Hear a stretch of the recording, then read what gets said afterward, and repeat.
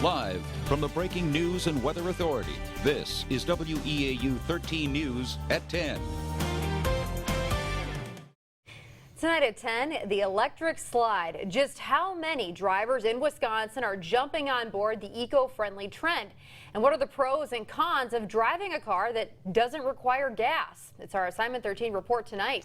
But first, it's a story that's trending today. A new report claims to rank the drunkest U.S. cities, and some of the places on that list may be familiar to you.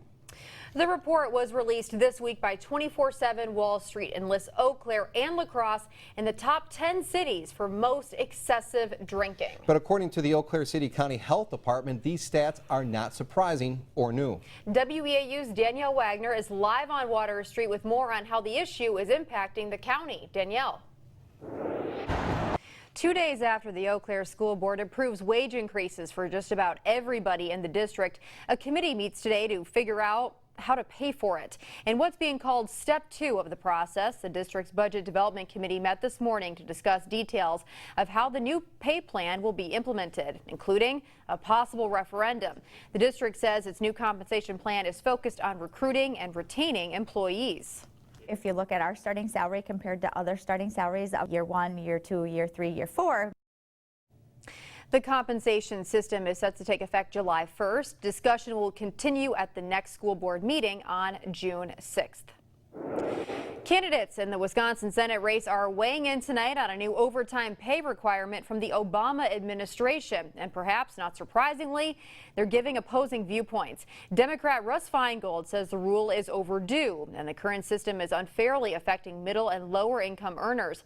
He also says that those who deserve overtime should get it. Republican Senator Ron Johnson, on the other hand, is, quote, working to block this harmful rule, according to his spokeswoman. The new policy will allow more than 4 million U.S. workers to become eligible for overtime pay. It requires employers to pay employees earning up to $47,500 a year, time and a half, for exceeding 40 hours a week, and it's set to take effect on December 1st. Tech Ed students' hard work was on display at Oliva-Strump High School tonight. The school's Cardinal Manufacturing program held an open house today. The program exposes students to the manufacturing industry and helps sharpen their technical skills. Tonight, the community was invited to see what's new with the shop and learn what students have accomplished during the school year. It's fun to bring it all together on events like this to come next year and try and do even more. And on June 4th, Packers wide receiver Jeff Janis will be at Broiler Fest to show his support for the manufacturing program. Going green is always good, but applying that philosophy to driving on the road is still proving to be a tough sell. Tonight, WEAU's Jesse Horn takes a look at the appeal and drawbacks of taking the electric slide. Still ahead, a dangerous disease is reaching its peak season for infection. Find out how a local health department is taking a look at the severity of Lyme disease here. And coming up later on Sports Scene 13, prep baseball from Carson Park as Regis takes on Fall Creek.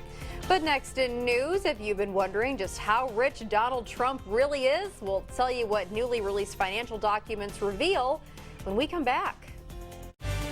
You're watching WEAU 13 News with Bob Gallagher, Nikki Junowitz, meteorologist Darren Meyer, and sports with Justice Cleveland. This is WEAU 13 News at 10. Now, your Skywarn 13 weather forecast. More beautiful weather on the way for tomorrow. It doesn't work. You guys are having it's hard bad luck time opening. Isn't it bad luck to open it inside anyway? Well, we've already done it twice, but don't worry, we won't give you this one. You'll get a new one. This is mine. What happened to it? I think I broke it. There it is. Oh, Oh, okay. There we go. careful, Darren. There you go. In case of a downpour. So that's what you could win if you just They're pretty enter nice. the word. Yeah. Downpour. That's Just the gotta word. have a touch, I guess. All right. There you have it. A recently filed document shows that presumptive GOP nominee Donald Trump made hundreds of millions of dollars last year. The candidate filed the financial disclosure form with the Federal Election Commission. The document shows Trump made, get this, more than $557 million last year alone, largely from his famous properties. But Trump has come under fire for not releasing his tax returns, which would give a more detailed look at his finances. 557 million.